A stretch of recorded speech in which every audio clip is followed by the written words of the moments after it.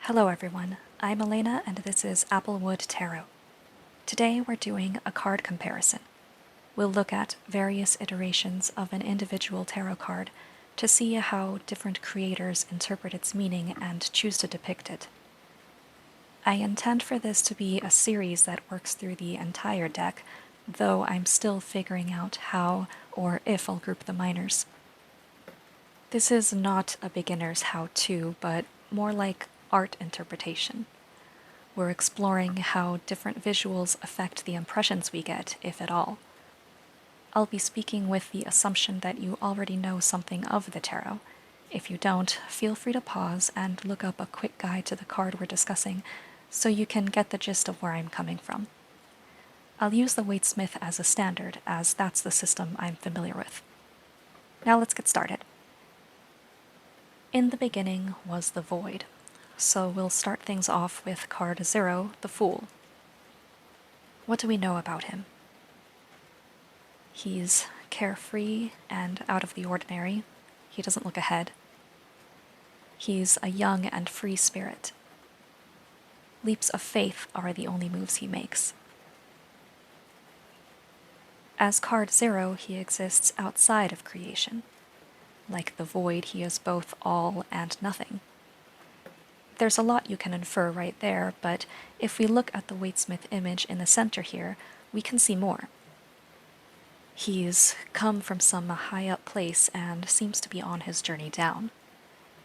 The sun is white instead of yellow, and the sky is yellow instead of blue. What does this tell us? I see a person on his way from Source to dive into manifest reality. The dog might be a spirit guide, as it's white like the sun, or it could be the baser animal instincts that come with having a body. The satchel carries what we bring with us from the other side. Obviously, you don't have to jump to this kind of esoteric interpretation, just go with the impression you get. He could just as easily be the hippie coming down from a long, strange trip, or that guy who talks to himself and is convinced that God is talking back. I notice his boots are yellow, like the sky. This implies that he walks in that other world, or at least with that mentality. Yellow is generally considered a positive color. It's associated with optimism and happiness. It feels safe. Ghosts don't show up in sunlight. But there is a flip side. Yellow can also indicate the need for caution. Think of street signs, alcohol, beer, and such. Many people have a good time with it, but there is definitely a need to take care when it's around. Looking now at the rest of the cards, the one at the bottom left seems to lean into this spiritual interpretation. It's from Unveiling the Golden Age Tarot, and was renamed the Muse, or Tickled by the Free Spirit. I see a spirit emerging from or emoting a yonic energy or force. The rainbow colors behind her bring to mind harmony and alignment. If you look closely, there are points of light at her third eye, heart, and womb areas. This reiterates that she is aligned above, beneath, and center. Like in the Waite-Smith, she might be a spirit just emerging from Source. Or she may be an aspect of Source itself. At least a piece of it we carry with us and can access if we try. The Fool at the bottom right is from Tarot of Trees. It depicts trees in place of people, but of these, it's still the one most visually similar to the Waite-Smith. A key difference is how zoomed out we are from the card's main character. How does this affect what we get from the image? The land is lush, vast, and inviting. as opposed to bare and craggy mountains. This can indicate a smoother journey down, and it allows us to see where we might go. It's also more realistic in color.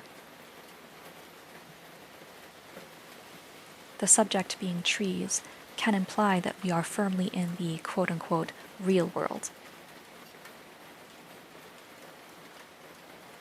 The tree looks as if it might fall off the cliff and lose its elevated position, but if it's rooted well, that won't happen.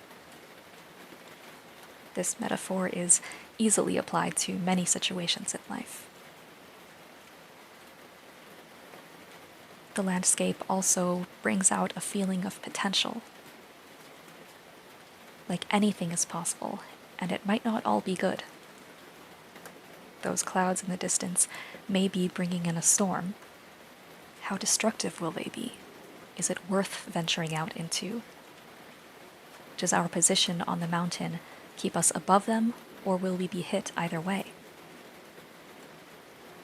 We're pretty exposed on the cliffside. Maybe it's better to make our way down and find shelter below before the soil erodes beneath our feet. This ties in nicely with the card above it, aptly named The Unknown. This is from the Tarot of Persephone's Garden and depicts Pandora opening her box.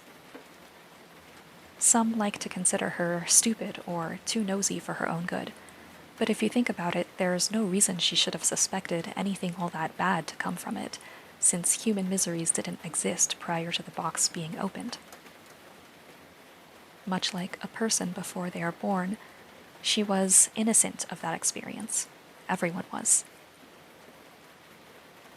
This is the darker side of curiosity and acting without thinking. But of course, hope came from this as well, which harkens back to that contradiction mentioned earlier. On the far left is the Fool from the John Bower Tarot. Here is another character living in the moment. He's relaxing in a beautiful meadow and thoroughly enjoying bread or a sandwich of some sort. The weather is nice, and we see no reason he shouldn't be as happy as he is. This first impression is similar to the Waite Smith in the character's carefree attitudes. I get a slightly deeper impression. When I look at this Fool, I see a fairy tale just before it starts. He could be the boy from the Golden Thread, or the boy who did not fear, or even the boy who cried wolf if you see more of a troublemaker in him. In these stories, the main character is a boy who, through stupidity or carelessness, doesn't live as others want him to.